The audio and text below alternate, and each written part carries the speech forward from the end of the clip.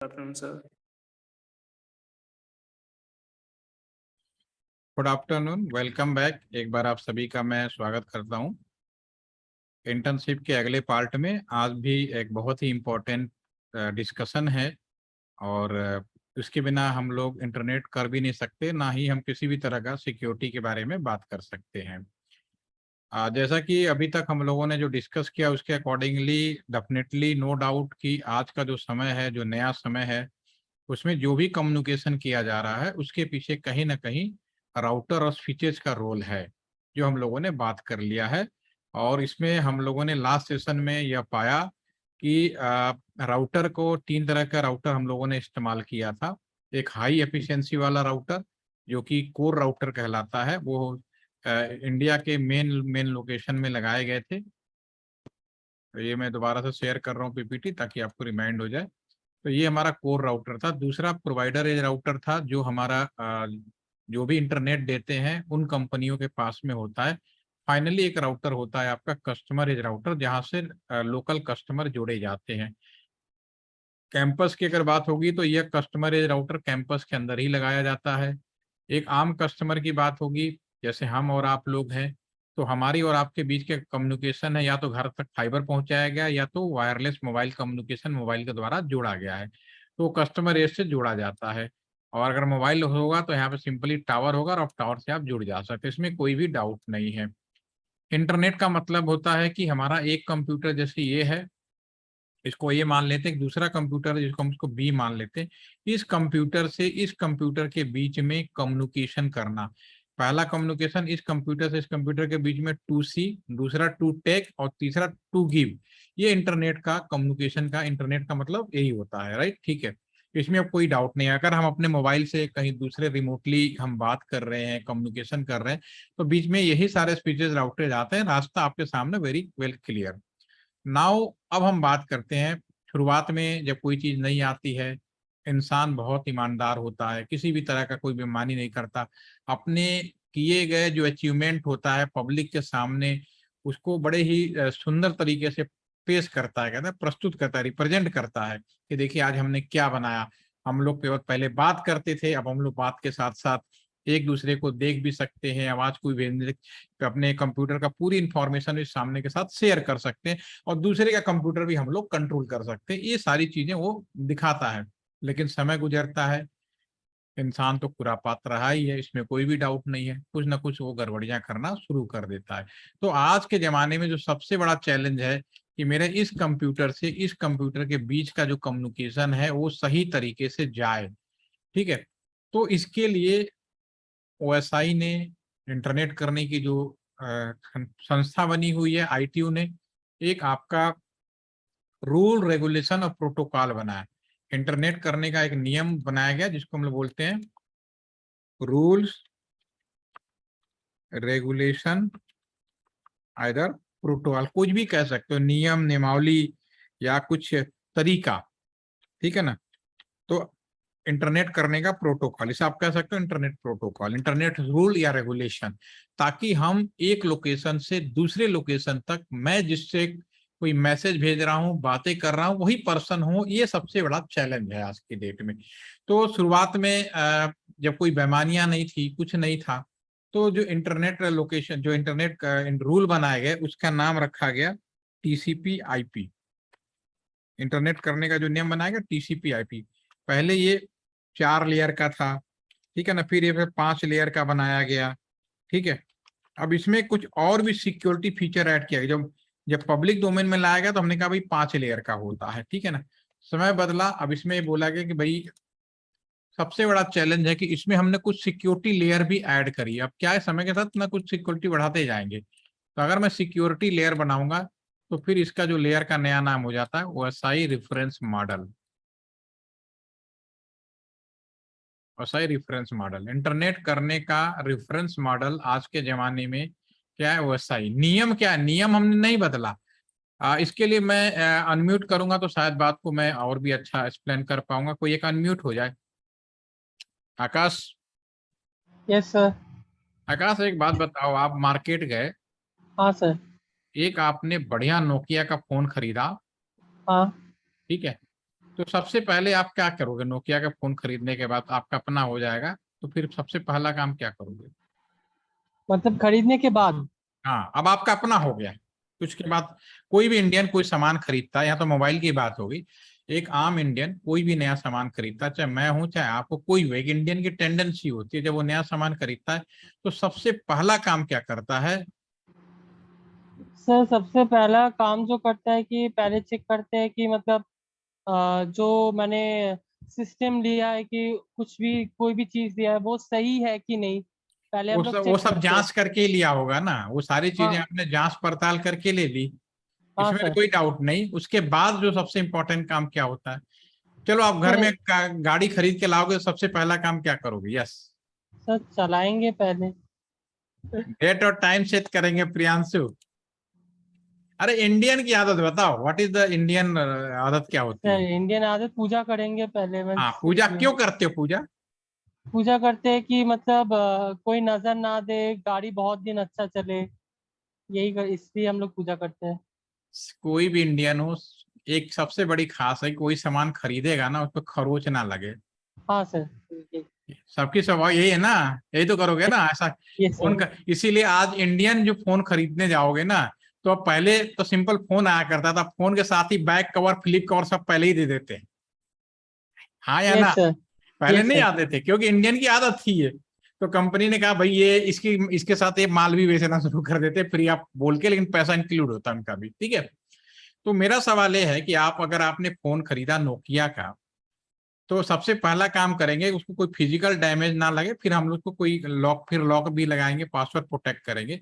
तो physical damage insurance आपने, sir करेंगे। हाँ, तो अगर आपने फोन खरीदा आकाश नोकिया का और उस पे जो यस सर। कवर लगा दिया, किसके लिए? सुरक्षा के लिए, एप्पल फोन का, एप्पल मैक का, तो क्या आपका फोन नोकिया से एप्पल हो जाएगा? नहीं सर। फोन तो नोकिया रहेगा ना, हाँ ठीक है। सर। तो ये बहुत ही छोटी सी बात मैंने क्यों पूछी और क्यों बताई? इंटरनेट करने का जो नियम है टीसीपी आईपी है, इसमें हमने कुछ सिक्योरिटी लेयरें ऐड कर दी, जो बन गया OSI reference model. OSI reference model कोई नियम नहीं है, कोई प्रोटोकॉल नहीं है, बिल्कुल वैसे ही कि नोकिया फोन नोकिया ही रहेगा। ये सुरक्षा लेयरें हैं, इसलिए इसको रेफरेंस मॉडल कहा जाता है। आपसे ये पूछा जाए कि लेटेस्ट इंटरनेट प्रोटोकॉल क्या है, लेटेस्ट इंटरनेट रेगुलेशन क्या है, तो आपका आंसर टीसीपी आईपी होना चाहिए। ओएसआई रेफरेंस मॉडल है वो नहीं होना चाहिए, ओएसआई रेफरेंस प्रोटोकॉल है। All are getting my point, yes या नो? Yes sir. समझ में आ गया ना? ये एक बहुत इंपॉर्टेंट क्वेश्चन है, क्या आप किताबों में पढ़ोगे पहले ये था अब ये आ गया? नहीं, वही था, उसके ऊपर हमने समय के साथ लेयर ऐड करते करते, ये पहले 5 लेयर का था, फिर 7 लेयर का। आज की डेट में अगर आप बुक्स की बात करें तो 7 लेयर तक गिनती रुकी हुई है, लेकिन फील्ड में अगर हम लोग काम करते हैं तो ये 10.5 लेयर तक जा चुकी है। जब समय मिलेगा और आईएसओ कहेगा कि इन्हें स्टूडेंट को भी बताओ, तब हम स्टूडेंट को भी बताएंगे। हाँ, फील्ड में आते हो, इंडस्ट्रियल ट्रेनिंग में आए हो, तो मुझे बताने में कोई संकोच नहीं है, ठीक है। तो अब ये तो रही लेयर की बात। अब 7 लेयर यहाँ कौन कौन से हो सकते हैं, मैं सीधा वही लिखूंगा जिसमें TCP IP by default inbuilt है, ठीक है। तो इसके मेरा तरीका है याद करने का, प्लीज डू नॉट थ्रो सास पिज्जा अवे, ठीक है। आप अपने तरीके से याद कर सकते हो, 7 लेयर है फिजिकल, ठीक है ना। एक काम करता हूँ, पीपीटी में मैंने लिख रखा है तो मैं यहीं पे शेयर ही कर देता हूँ। ये आप यहाँ पे देखेंगे, यहाँ पे आप यहाँ देखें, ये लिखा हुआ, ये 7 लेयरें हैं आपकी। Physical, data, network, transport, session, presentation, आप अपने से याद कर लें, ये लेयर की सीक्वेंस है। इसके आगे फिजिकल लेयर, उसको लेयर 1 2, अब इसको समझना सिर्फ आपसे 2 से 3 मिनट लगेगा समझने में। अब मैं सभी से पूछूंगा, चैट में आप लोग एक आंसर दीजिए। आप ये बताइए कौन सी वेबसाइट सबसे ज्यादा सुरक्षित है? क्या है? चैट में आप सभी लोग बताएं, क्या फेसबुक सुरक्षित है, यस या no? All are please yes, no.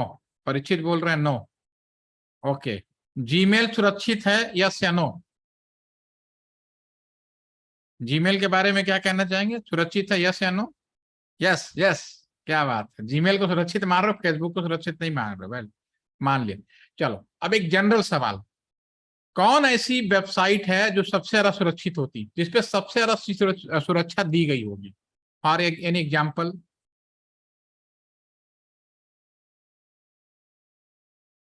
HTTP कोई वेबसाइट नहीं है, एचटीटीपी तो प्रोटोकॉल है, नियम का नाम है। रेलवे की वेबसाइट, सिमरन ने लिखा आईआरसीटीसी की वेबसाइट, ओके। और मोटे मोटे नो साइट आर 100% सेफ। तो आकाश को पॉलिटिक्स में भेज दिया जाए, पॉलिटिकल आंसर है, गलत तो है ही नहीं, ठीक है ना आकाश? नेता लोग ऐसे ही आंसर देते हैं। नहीं सर, मतलब अब मतलब जो लगा मैं वही बोला सर। वही वही नेताओं को ऐसे ही लगता है, ठीक है ना? एग्री, जसकिरण भी कह रहा है एग्री, ठीक है। जैनब, कोई वेबसाइट, कोई ऐसी वेबसाइट एग्जांपल? सर मैंने सुना था जिसमें वो HTTPS रहता है वो सिक्योर होता है और जिसमें एस नहीं रहता प्रोटोकॉल। चलो ठीक है, आपकी जितनी नॉलेज उस हिसाब से सही बता रहे हो। दुनिया में वो सभी वेबसाइटें सबसे ज्यादा सिक्योरिटी दी जाती है, आकाश की भाषा में बोलूं 100% तो हो ही नहीं सकता, ठीक है, इसमें तो कोई डाउट नहीं है। लेकिन मेरा सवाल था कि कुछ ऐसी वेबसाइटों के नाम बताओ जो सबसे ज्यादा सिक्योरिटी, इसमें सिमरन ने बताया, ठीक है, एक दो वेबसाइटों के नाम एक और लिख रही है, ठीक है, ठीक है। तो उसी तरह से जो सबसे ज्यादा सिक्योर जो वेबसाइटें हैं आपकी बैंकिंग वेबसाइट, यस, प्रियांशु ने बिल्कुल सही लिखा। गवर्नमेंट की कुछ साइटें होंगी जो सबसे ज्यादा सिक्योरिटी होंगी, आपके रिलेटेड जो पर्सनल इंफॉर्मेशन से रिलेटेड जो साइटें होंगी सब, तो सबसे ज्यादा सिक्योरिटी नो डाउट कि बैंकिंग साइट पे सबसे ज्यादा सिक्योरिटी होगी, इसमें कोई शक है? बैंक वाली कोशिश की जाती है, भले उस पर सबसे ज्यादा अटैक होता हो, लेकिन कोशिश तो की जाती है ना कि बैंकिंग साइट को सबसे ज्यादा सिक्योर किया जाए, इसमें कोई शक नहीं होना चाहिए, ठीक है। अब ये बताओ, आप लोगों में से कौन नेट बैंकिंग सबसे अच्छा कर लेता है? आकाश, आप करते हो? यस सर, मतलब मैं नेट बैंकिंग ही हर जगह करता हूँ। करते हो, वेरी नाइस, चलिए अच्छी बात है। मेरे ख्याल से कोई ऐसा आप में से होगा नहीं जिसे नेट बैंकिंग की जानकारी ना हो, ठीक है। और सभी लोगों ने डेफिनेटली जब यहाँ पे रजिस्ट्रेशन कराया तो ऑनलाइन रजिस्ट्रेशन फॉर्म भरा है, ऑनलाइन पेमेंट किया है, तो इतना तो अवेयरनेस तो सबको है, इसमें कोई डाउट नहीं है, ठीक है। अब मैं आपसे समझने की कोशिश करूंगा आकाश, ये मान लो ये आपका कंप्यूटर है, स्क्रीन पे देखो, ये वाला जो कंप्यूटर है आपको जिससे नेट बैंकिंग करोगे आप, ठीक है। Yes, आकाश sir. इससे नेट बैंकिंग करने के, बाकी लोग भी ध्यान से सुनिएगा, सातों लेयर आज के बाद आपके दिमाग में ऐसे फिट हो जाएगी, बड़ी बड़ी किताबें पढ़ते रहोगे नहीं समझ में आएगा, लेकिन अभी जो हम लोग डिस्कस करने वाले हैं उससे आज के बारे में समझ में आ जाएगा, और साइबर सिक्योरिटी का ABCD भी समझ में आ जाएगा। दूसरा, ये जो सर्वर है, सर्वर किसको बोलते हैं? ये हमने डिस्कस किया था, what is the server? Server क्या होता है? एनीवन? गरिमा, सर्वर का नाम सुना है? सांप सूंघ गया सर्वर का नाम सुनते। सर सर्वर जैसे कुछ बड़ी बड़ी कंपनीज होती हैं वहां पे वो लोग डेटा स्टोर करते हैं, किसी भी बहुत सारे हार्ड डिस्क वगैरह लगा के कंपनीज का डेटा स्टोर करते हैं, जैसे वो सर्वर प्रोवाइड कराते हैं। कंप्यूटर साइंस में कितना बड़ा कंफ्यूजन है, ये बड़ी हैरानी की बात है। चलो, क्या और कोई कहना चाहेगा? सेंट्रल कंप्यूटर परिचित, ओके, बहुत ही सिंपल भाषा में समझने की कोशिश करो। दुनिया में कुछ लोग खिलाड़ी हैं, कुछ वकील हैं, कुछ डॉक्टर हैं, आप स्टूडेंट हैं, मैं इस समय ट्रेनर हूं, कोई नेता है, आप उनको क्यों कहते हैं? Ultimately all are human. लेकिन किसी को वकील बोल रहे हो, किसी को डॉक्टर बोल रहे हो, किसी को इंजीनियर बोल रहे हो, किसी को खिलाड़ी बोल रहे हो, ऐसा क्यों बोल रहे हो? क्योंकि वह इंसान उस पर्टिकुलर काम के लिए डेडिकेटेड है, इसमें कोई कंफ्यूजन तो नहीं है। आप स्टूडेंट हैं क्योंकि आप पढ़ाई कर रहे हैं, ठीक है। आप इलेक्ट्रॉनिक स्टूडेंट क्यों कह रहे हैं? आप इलेक्ट्रॉनिक्स की पढ़ाई कर रहे हैं, ठीक है। मैं इस समय ट्रेनर के रूप में बैठा हूं क्योंकि मैं आपको ट्रेनिंग दे रहा हूं, ठीक है। लेकिन अल्टीमेटली मैं भी तो इंसान ही हूं ना, मुझ में आप में क्या फर्क है? हम दोनों इंसान हैं, ठीक है। उसी तरह से दुनिया का कोई भी कंप्यूटर अगर उसको किसी पर्टिकुलर काम के लिए डेडिकेटेड कर दोगे, वह कंप्यूटर उस चीज का सर्वर कहलाएगा। जैसे कि आपके कॉलेज के मेन गेट पर एक कंप्यूटर रखा जाए और कंप्यूटर को इस तरह से इंस्ट्रक्शन दे दिया जाए, इस तरह से बोल दिया जाए कि हे कंप्यूटर, जो भी एंट्री करे उसकी अटेंडेंस ले लो, उस कंप्यूटर को कहोगे अटेंडेंस सर्वर। समझ में आई मेरी बात? एक कंप्यूटर इस काम के लिए डेडिकेटेड कर दो कि जब लोग इसमें परीक्षा क्वेश्चन पेपर बांटे तो भाई एग्जाम सर्वर कहलाएगा। तो सर्वर कुछ भी संभव है। All are getting my point, yes या नो? समझ में आया हाँ या ना? बहुत ही सिंपल भाषा में बताऊं, कोई भी काम अगर कंप्यूटर को डेडिकेटेड कर दोगे उस चीज को वो सर्वर कहलाएगा। इसमें कोई कंफ्यूजन नहीं, ठीक है ना? ये नहीं कंपनी प्रोवाइड कर दी, कंपनी कुछ नहीं प्रोवाइड करती भाई। आप अपने लैपटॉप को सर्वर बना सकते हो, इसमें कोई भी डाउट नहीं है। आप अपने कंप्यूटर को भी बना सकते हो। क्या करना पड़ेगा? एक सॉफ्टवेयर, कोई काम कराना है आपको, मैं इंजीनियर बनाऊंगा। कैसे इंजीनियर बनाऊंगा? जब तक आप पढ़ोगे नहीं इंजीनियर नहीं बन सकते। आपके अंदर वो सॉफ्टवेयर ठूसा जाता है। जो आप नॉलेज लेते हो वो कोई हार्डवेयर नहीं होता, वो ठूसा जाता है। ठूसो भाई, इंजीनियर हो, पढ़ो, पढ़ते पढ़ते हाँ भाई मेरे अंदर नॉलेज आ गया, अब तो मैं इंजीनियर हूँ, ठीक है? तो आप इंजीनियर बन गए। कोई डॉक्टर, उसको डॉक्टर की नॉलेज ठूसी जाती है, वो डॉक्टर बन जाता। उसी तरह कंप्यूटर में जितने भी प्राइवेट आईटी कंपनी होती हैं वो सॉफ्टवेयर बनाती है, उस सॉफ्टवेयर को उसके अंदर ठूसा जाता है और वो कंप्यूटर उस काम के लिए तैयार हो जाता है, फिर उसको सर्वर कहलाते हो, राइट? तो अपने नॉर्मल कंप्यूटर को भी हम सर्वर बना सकते हैं, ठीक है? अब सवाल उठता है, नेक्स्ट सवाल। अब ज्यादातर आप लोगों में इलेक्ट्रॉनिक्स के बच्चे हैं, अब सवाल उठता है कि अब सर आपने तो कह दिया कि सारे कंप्यूटर को सर्वर बना सकते हैं, फिर भी मार्केट में सर्वर कंप्यूटर अलग से बेचे जाते हैं, क्यों? और बहुत महंगे होते हैं, ऐसा क्यों? कोई आइडिया? एनीवन? आकाश, आपको मेरी बात समझ में आ रही मैं क्या कह रहा हूँ?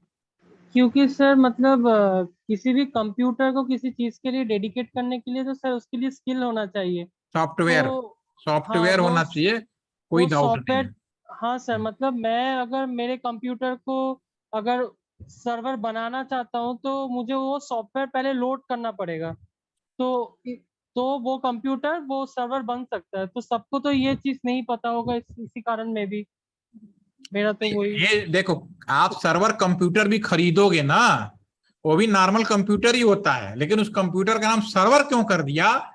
कोई ना कोई खास बात तो होगी। जब मैं अपने नॉर्मल कंप्यूटर को 50,000 के कंप्यूटर को सर्वर बना सकता हूं, तो क्यों मैं 2 लाख 2.5 लाख का सर्वर कंप्यूटर खरीदूंगा? अब इलेक्ट्रॉनिक्स का क्वेश्चन है, ये कंप्यूटर का क्वेश्चन नहीं है, इसलिए मैंने आपसे पूछा। सर आप कंप्यूटर के एफिशिएंसी की वजह से। एफिशिएंसी, जिस एफिशिएंसी का सर्वर आप खरीदे हो उसी एफिशिएंसी का कंप्यूटर खरीद लो, फिर भी उस सर्वर की तरह काम नहीं कर सकता, क्यों? प्रियांशु ने लिखा स्पेसिफिक टास्क के लिए बनाया गया, नो डाउट, तो कुछ ना कुछ खासियत तो होगी। आप सब इलेक्ट्रॉनिक्स के ज्यादातर बच्चे, स्टोरेज बढ़ा लो। आप, मैं कह रहा हूं प्रियांशु, एक सर्वर कंप्यूटर जिसकी स्टोरेज भी कम है, एफिशिएंसी भी कम है, एक नॉर्मल कंप्यूटर है जिसकी एफिशिएंसी भी ज्यादा, स्टोरेज भी ज्यादा, फिर भी मैं उसको सर्वर बनाने से बचूंगा, क्यों? सर एक्चुअली टेलीकॉम में क्या है कि हमें बहुत सारे कंप्यूटर से इंटरेक्ट करना होता है, और जो अगर हम अपने कंप्यूटर को सर्वर बना लेते हैं तो उसकी कुछ लिमिटेशन होगी। वही लिमिटेशन पकड़ना है, क्योंकि आप इलेक्ट्रॉनिक्स हो, यस परीक्षित, वही मैं जानना चाहता हूँ। इलेक्ट्रॉनिक, ये जवाब इलेक्ट्रॉनिक्स का है, कंप्यूटर का नहीं है। यस परीक्षित, आपने हाथ उठाया हुआ तो कुछ बोलना हो तो बताओ।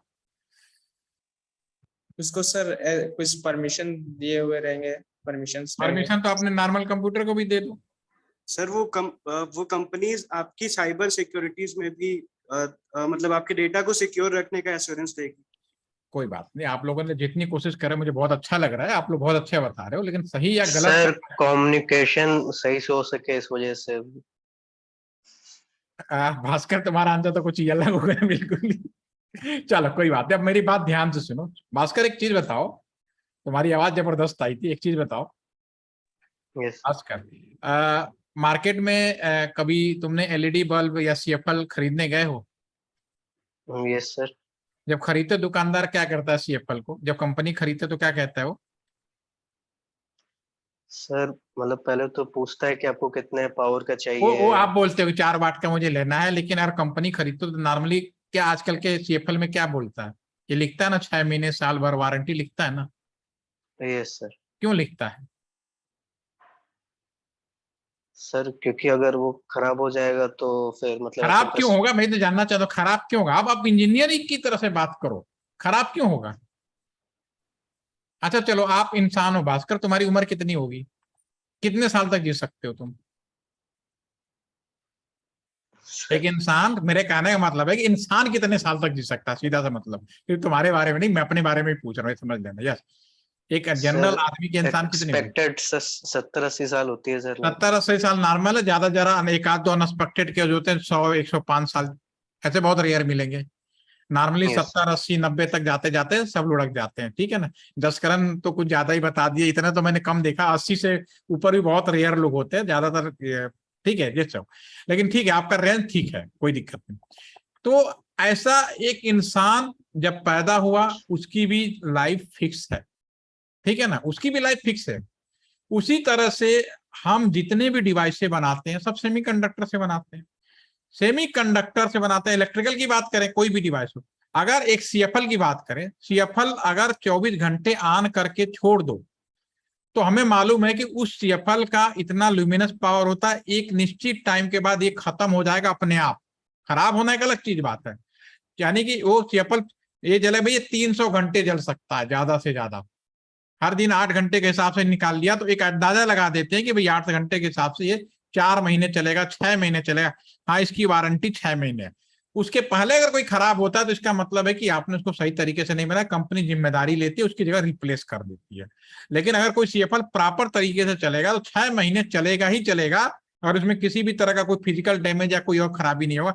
6 महीने के बाद वो किस्मत वाले की बात होगी कि 7 महीने भी चल जाए, 8 महीने भी चल जाए, साल भर भी चल जाए। वो क्यों? क्योंकि उसकी लिमिट कई बार हो सकता है कोई लोग 8, हमने तो सोचा था 8 घंटे वो डेली जलाता है, ठीक है, या 12 घंटे डेली जलाता है, लेकिन उसने डेली केवल 1 घंटे यूज किया, 2 ही घंटे यूज किया, इसलिए उसकी लाइफ बढ़ गई, ठीक है। लेकिन ओवरऑल वो 300 घंटे से ज्यादा नहीं जा सकता। जिस तरह इंसान 100 साल से ज्यादा रेयर केस होंगे जिएगा नहीं, उसी तरह से हमारे जितने भी डिवाइसें बनाई गई हैं, वो सेमी कंडक्टर के अगर बारे में बात करें ज्यादातर, उसकी भी लाइफ, अगर आपका कंप्यूटर है, एक सेमीकंडक्टर का कोई भी डिवाइस अगर उसे चालू करके छोड़ दोगे बिना बंद किए, उसकी मैक्सिमम लाइफ 90 डेज है, 3 महीने, 89 डेज।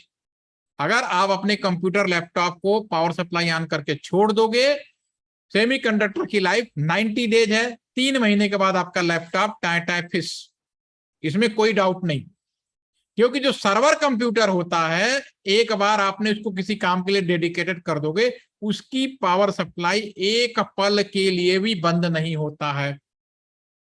नॉर्मल कंप्यूटर और सर्वर कंप्यूटर में सिर्फ इतना डिफरेंस होता है कि सर्वर कंप्यूटर में हर चीज मिनिमम ड्यूल मोड में होगी, 2 हार्डवेयर, 2 आपका power supply, 2 control card, 2 motherboard, सब कुछ ड्यूल मोड में होता है। एक टाइम पे एक पार्ट काम कर रहा होता है, फिर अपने आप उसको बंद होता है, फिर दूसरा चालू हो जाता है। आपका नॉर्मल लैपटॉप या घर का डेस्कटॉप कंप्यूटर, आप उसे बंद करके रखते हो ना, जब जरूरत होती है तभी काम करते हो। लेकिन आप अपने ही कंप्यूटर को 24 घंटे ऑन करके छोड़ दोगे, स्लीप मोड में कभी आने ही नहीं दोगे, तो 90 डेज से ज्यादा नहीं चलेगा। All are my getting point? क्यों किया गया? हर चीज की लाइफ डिफाइंड है। तो सर्वर कंप्यूटर में कुछ भी अलग नहीं मिलेगा, उसका प्रोसेसर से लेकर हर चीज। और डेफिनेटली जब हम उससे 2.5 लाख रुपए ले रहे हैं, तो नॉर्मल कंप्यूटर से कुछ ज्यादा चीज देने में कोई बुराई नहीं है। All are getting my point? Yes या नो? Yes sir. समझ में आ गया ना? इलेक्ट्रॉनिक्स इसमें बहुत थोड़ा ब्राउन होके समझो, ठीक है। यस, परिचित, कंफ्यूजन तो नहीं है आपको?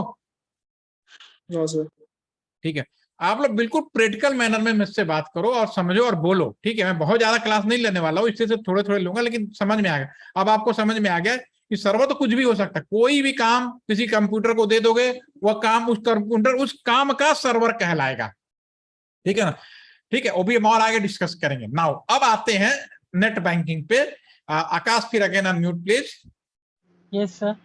आप नेट बैंकिंग आपने कहा करते हैं, तो ये जो कंप्यूटर है, सर्वर कंप्यूटर है, आईसीआईसीआई बैंक में मान लेता हूं आपका अकाउंट है, ठीक है। Yes sir. इसका सर्वर कंप्यूटर, यानी इसमें आप अपने सारे हिसाब किताब, और जो आपका आईसीआई बैंक का सर्वर कंप्यूटर जो है, जो मेन कंप्यूटर है, उसका मुंबई में है, ठीक है। और रास्ता ऐसा ही होगा जैसे घूम फिर के, ठीक है, इसमें कोई शक नहीं। आप अपने इस कंप्यूटर से नेट बैंकिंग करना चाह रहे हो, यानी यहाँ इस कंप्यूटर से कम्युनिकेशन करना चाह रहे हो, तो सबसे पहले नेट बैंकिंग करने के लिए पहला काम आप क्या करेंगे? कंप्यूटर में 1 बाय 1 चलना।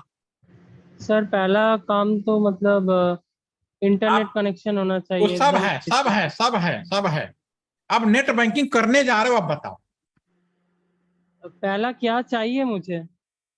कैसे करना शुरू करोगे कंप्यूटर पे काम नेट बैंकिंग के लिए? स्टेप बाय स्टेप आपको नेट अपना खोलना है, अकाउंट, पैसे ट्रांसफर करना है, पूरा बात करना है, कैसे करोगे? अकाउंट सब बना है भाई प्रियांशु। अगर मैं कहूं कि आपके कंप्यूटर से नेट बैंकिंग करना है, अच्छा चलो फेसबुक पे खोलना है, चलो मुझे बताओ। सर वेरिफिकेशन करेंगे, फोन को ऐड करेंगे और ईमेल एड्रेस को ओटीपी के।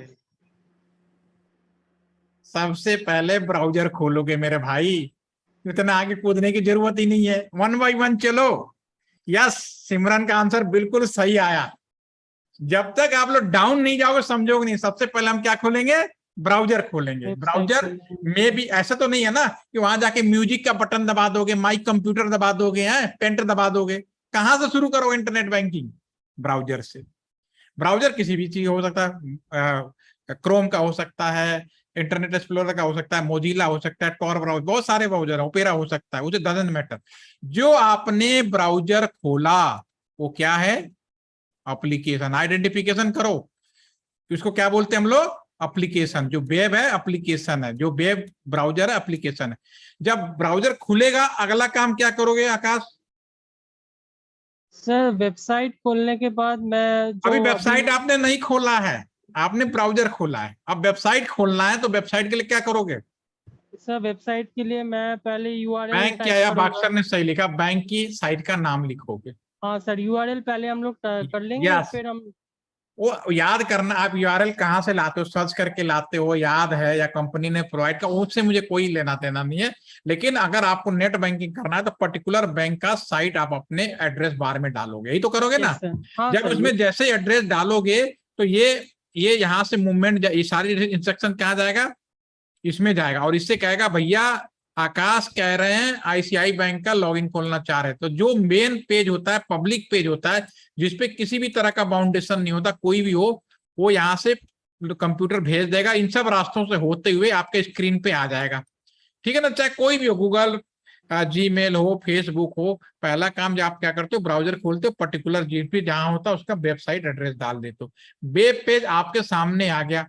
ठीक है, ये दोनों काम आपने क्या किया, इन्हें बोलेंगे एप्लीकेशन। एप्लीकेशन। Yes sir. अब उसके आगे अब आगे बढ़ना है, नेक्स्ट स्टेप क्या होगा? सिर्फ वेरिफिकेशन करेंगे, खुद का नंबर अभी देंगे। वेरिफिकेशन कहाँ से आ गया? अकाउंट बना हुआ है प्रियांशु, सब कुछ बना हुआ है, तभी नेट बैंकिंग कर रहे हो, मैं इसलिए पूछ रहा हूँ। बना हुआ नेट बैंक। यस, अगला काम क्या करोगे? Log in. यस, पकड़ो अगला एक एक काम, मैं आपसे वही पूछ रहा हूँ जो आप करते हो। अगला लॉग इन करोगे, ऐसा तो नहीं है ना? जैसे लॉग इन बटन दबाओगे कहीं एप्लीकेशन वेब पेज पे कहीं ना कहीं लॉग इन, साइन इन, कोई भी हो, जीमेल और फेसबुक होगा। ये भी एक एप्लीकेशन होता है, लेकिन इसको हम लोग प्रेजेंटेशन कहते हैं। समझ में आ रहा है आकाश मैं क्या बोल रहा हूँ? One by one step. Yes sir, अभी आप समझ गया। इसमें जैसे क्लिक करो, ये भी एप्लीकेशन का पार्ट है, लेकिन इसमें एक प्रेजेंटेशन के नाम से इसलिए हमने बोला क्योंकि इसमें हर एक व्यक्ति का यूजर नेम पासवर्ड अलग होता है। आपका अलग होगा, मेरा अलग होगा, दूसरे हर एक बंदे का अलग होगा। ठीक है ना? यूजर नेम पासवर्ड, इसे ताला चाबी बोलते हैं। आप डालोगे आपका खुलेगा, मैं डालूंगा, जीमेल, फेसबुक सबका यही होता है। आपका पर्सनलाइज होता है तब वो भी खुलेगा यहीं से, लेकिन आपको पहले ऑथेंटिक किया जाएगा। जिसको जिस मैनर में समझना हो समझ लो। ठीक है, उसके बाद ज्यादा देर तक अगर आपका नेट बैंक खुल जाए और ज्यादा देर तक बैंकिंग ना करो, रिफ्रेश करो, आकाश फिर क्या होता है? एक और बार रिपीट कीजिए, क्या बोला आपने? अगर ज्यादा देर तक आपने अपना अकाउंट खोल लिया, बैठे हो, फिर सर आपने सेशन बहुत देर तक नेट बैंकिंग नहीं किया, वेब पेज खुला हुआ है, रिफ्रेश कर दो, सब कुछ कर दो, फिर फर्दर क्या होगा? सेशन टाइम आउट होगा सर। Yes, session expire. एक मेरी बात बताओ, आपका जीमेल में होता है सेशन एक्सपायर? फेसबुक में होता है सेशन एक्सपायर? अभी सभी ने कहा ना कि सेशन सिक्योर है। आपका सेशन नहीं होता एक्सपायर, आप लॉगिन करके बैठे रहो, वो तो सर आप समय। मतलब एप्लीकेशन, किसी भी एप्लीकेशन में, मतलब मेरा जो कॉलेज एप्लीकेशन है जहाँ से मैं अपने कॉलेज के साइट्स में जाता हूँ, मतलब मेरा हमेशा ओपन रहता है। किसी हाँ, टाइम के बाद 30 डेज 15 डेज बाद वहाँ पे दिखाता है सेशन, मतलब वो बाद में टाइम इनबिल्ट आउट हो किया गया। गया है ना, आपका पर्टिकुलर वो है। लेकिन मैं जीमेल के बारे में बात करना चाह रहा हूँ, जिसके बारे में पूछा मैंने। ये तो अब किया जा रहा है ना समय के साथ, अब इंस्ट्रक्शंस आ रहे हैं कि कोई पेज परमानेंट ओपन नहीं होना चाहिए। जीमेल में सर। पहले से ये चीज था नहीं, अब जीमेल में ये चीज इनबिल्ट कर दी गई है कि आप चाहें तो सेशन अगर आप कहीं और डिवाइस पे करो तो भी इसमें कई सुविधाएं मिल गई हैं आपको। ये सब इसके बीच में लेयरें और ऐड हो रही हैं। मैंने ये तो कुल 7 लेयर है जो ओएसआई लेयर बोल रहा हूं मैं, लेकिन मैंने अभी क्या कहा 10.5 लेयर हो चुका। तो आपने जीमेल में देखोगे तो जीमेल में क्या किया, इस चीज को बचाने के लिए एक एडिशनल लेयर ऐड किया कि अगर किसी टू ऑथेंटिकेशन पासवर्ड का काम करा दिया या किसी और डिवाइस में कर रहे हो तो भी पहले उस डिवाइस से पहले परमिशन लेनी पड़ेगी। ये समय के साथ और चीजें बढ़ती जा रही हैं। यस, कोई अब पूछना चाह रहा था कुछ? सेशन कई तरह से संभव है, किसी में हो सकता है सेशन मिसिंग हो। ये दोनों लेयर बाद में ऐड की गई थी टीसीपी आईपी में, ये लेयर पहले नहीं था, पहले केवल 1 2 3 4 ये 5 ही लेयर हुआ करती थी, ठीक है ना। बाद में इसको हम लोगों ने ऐड किया। अब ये जो तीनों हैं, आकाश ने ये तीनों काम कहाँ किया? आपने इस तीनों काम अपने कंप्यूटर में सॉफ्टवेयर मैनर में किया। इसको बोलते हैं user support layer. This is known as user support, आपके सपोर्ट के लिए बनाया गया है, ठीक है। यहाँ इसमें कोई डाउट नहीं, अब कोई कंफ्यूजन तो नहीं है? बिल्कुल नो सर। अब आपका डाटा आप देखोगे, नेक्स्ट जो ट्रेवलिंग करोगे कि आपका डाटा यहाँ से ये तो खोलने का काम, और यहाँ तक पहुंचने के लिए रास्ता क्या है। आपके कंप्यूटर से डाटा बाहर निकलकर किस यहाँ पे कैसे पहुंचेगा? बाया वाईफाई, बाया लैन केबल, बाया मोबाइल टावर, यही तो रास्ता है निकलने का। जो डाटा निकलेगा, जो पहला स्टेप निकलेगा उसको बोलते हैं फिजिकल लेयर। इसके अंदर आएगा wifi, Bluetooth, LAN cable, tower, ये सब जहां से डाटा निकल रहा है कंप्यूटर के एनआईसी, कंप्यूटर का एनआईसी वाला पोर्ट, ठीक है। और ये सारा डाटा कहाँ इकट्ठा होता है? जो नियरेस्ट स्विच होता है, टेलीफोन की बात करें वो भी समझ सकते हैं, या यहाँ पे भी हो, ठीक है। इसको बोलते हैं डेटा लिंक। डेटा लिंक में सभी लोकल में जितने होते हैं उनको इकट्ठा होता है। फिर इसके बाद तीसरा नंबर, यहाँ से डाटा कहाँ जाता है? राउटर में। Router is third number, network layer. ये तीन, और एक राउटर से दूसरा, तीसरा, router router router router, return back और कंप्यूटर। तो ये ट्रांसमिशन का पार्ट होगा। ये जो इनको बोलते हैं नेटवर्क सपोर्ट लेयर। एक जगह से दूसरे जगह डाटा कैसे मूव करेगा, कुछ भी तरीका हो सकता है मूवमेंट का। वायरलेस, लोकल में वायरलेस भी हो सकता है, वायर्ड भी हो सकता है, बाकी सब तो आपके सामने नेटवर्क दिख ही रहा है, ठीक है। अब ये दोनों, अब ये लेयर 3 भागों में बट गया, user support layer, network support layer और आपका ट्रांसपोर्ट लेयर। अब बच गया बीच वाला लेयर। अगर आपको मेरी बात समझ में आ रही है तो सोच के बताओ कि बीच वाला लेयर क्या करता होगा। कोई आइडिया? परिचित? कोई एनी डाउट, कोई कंफ्यूजन? नहीं? आकाश कुछ समझ में आ रहा है क्या करता होगा? सर ट्रांसपोर्ट मतलब तो मतलब यहाँ पे जो मतलब सी राउटर पी राउटर जो मतलब जो केबल बिछे हुए हैं वही से तो मतलब ट्रांसपोर्ट होगा ना मतलब। ये तो हमने आपको बता दिया, जाना कैसे, रास्ता तो हमने आपको बता दिया, ठीक है। सर रास्ता यही तो तो यही होगा। ट्रांसपोर्ट हो गया मतलब। नाम से कंफ्यूज नहीं होना है। ट्रांसपोर्ट का बेसिकली अभी मतलब समझ में आ जाएगा, लेकिन अभी तक जो मैंने बताया उसमें तो कोई कंफ्यूजन तो नहीं है ना? No sir, no sir. ठीक है। अब मैं अगर आपसे पूछूं कि मैं अगर आपको ईमेल भेजूं, ठीक है ना, ईमेल कहाँ चेक करोगे? सर अपने मेल के साइड मतलब मेल में ही चेक करूंगा अपने साइट में। मेल अपने के ईमेल साइड। बॉक्स में चेक करोगे ना? हाँ हाँ सर। हाँ। ऐसा तो नहीं कि मैंने आपको ईमेल भेजा और आप फोन उठा के कान में लगा दोगे, हाँ भाई के सर ने ईमेल भेजा है, ऐसा तो नहीं होगा ना? नहीं आवाज सर। नहीं, आवाज में जो चीज भेजा हो तो मेल में खोलूंगा, मेल के अंदर ही मिलेगा ना। मैं किस चीज का ट्रांसपोर्टेशन कर रहा हूं, दूसरे साइड के कंप्यूटर को कैसे पता चलेगा? समझ में आया? ये जब ये मैं वेबसाइट खोल रहा हूँ, साउंड भेज रहा हूँ, पिक्चर भेज रहा हूँ, क्या भेज रहा हूँ, इस एरिया पे कैसे पता चलेगा दूसरे एंड पे? अभी मैं जूम में बैठा हूं, मेरा वीडियो भी आना है, मेरा स्क्रीन भी जा रहा है, एक दूसरे पे क्यों? जैसे ही यहां से निकलता है, इसमें आईएसओ ने आपका टीसीपी आईपी में पोर्ट नंबर डिफाइन किया हुआ है। पोर्ट नंबर, अगर वेबसाइट खोलोगे तो पोर्ट नंबर 80 होता है, 80804443, जो एसटीपीपीएस बता रहे थे ना, एसटीपीपीएस लोग बोल रहे थे अभी, ठीक है। FTP port 20। बाय डिफॉल्ट मैं किस चीज का ट्रांसपोर्टेशन कर रहा हूं ये प्री डिफाइंड है। Are you getting my point? और ये बाय डिफॉल्ट पहले से फिक्स कर रखा है यशो ने, इसमें कोई डाउट नहीं। अब रहा साइबर सिक्योरिटी का मामले में, ठीक है भैया, ये देखो, ये किस लेयर पे सिक्योरिटी की जरूरत नहीं है।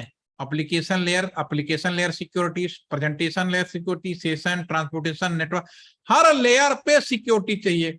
अब इलेक्ट्रॉनिक्स कम्युनिकेशन किसके लिए साइबर सिक्योरिटी बना? डेफिनेटली सॉफ्टवेयर में कौन ज्यादा कंफर्टेबल फील करता है?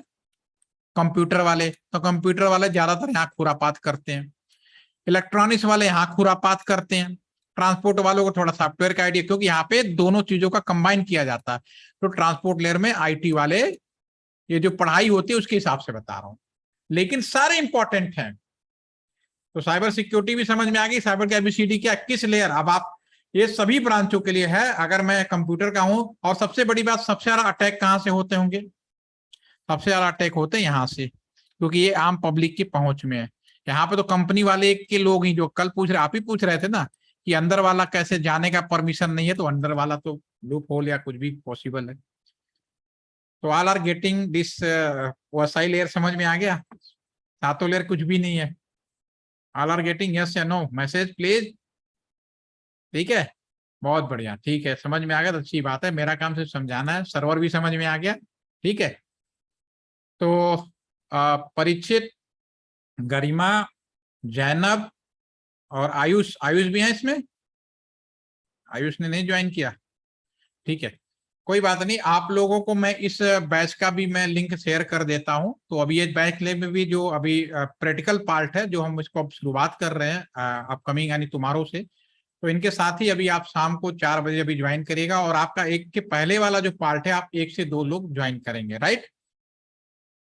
आपको 2 बार ज्वाइन करना पड़ेगा, एक बार 1 बजे से 2 बजे, जो इनका छुटा हुआ जो आपका 4-5 सेशन है। बाकी रिमेनिंग पार्ट आप इनके साथ कर लीजिए, ताकि आप लोग का भी 7-8 तारीख 9 तारीख तक खत्म हो जाए। ठीक है, तो कल मिलेंगे हम सभी के साथ। कोई डाउट या कोई कंफ्यूजन तो नहीं है? कोई पूछना हो तो पूछ सकते हो। परिधि, तुम हमेशा मुझे कंफ्यूज करके रखते हो, हाथ उठा के, हाथ नीचे रख दिया करो। अब नहीं हाथ, सर, कोई डाउट नहीं है अभी। मैं तुम्हारा हाथ नीचे, ठीक है, चलिए भाई, कोई डाउट नहीं तो अच्छी बात है। आज मैं ग्रुप में सॉफ्टवेयर अभी थोड़ी देर में शेयर कर रहा हूँ, ठीक है, उसको डाउनलोड करिए, इंस्टॉल करिए। कल हम इसका प्रैक्टिकल पार्ट शुरू करने वाले हैं। इसमें एक चीज और रह गई थी, चलो रहने दो, थोड़ा कल रखेंगे तो कुछ आपको याद दिला देंगे आज के बारे में। ठीक है, तो आज के लिए इतना ही। Have a nice day, enjoy your day, thank you.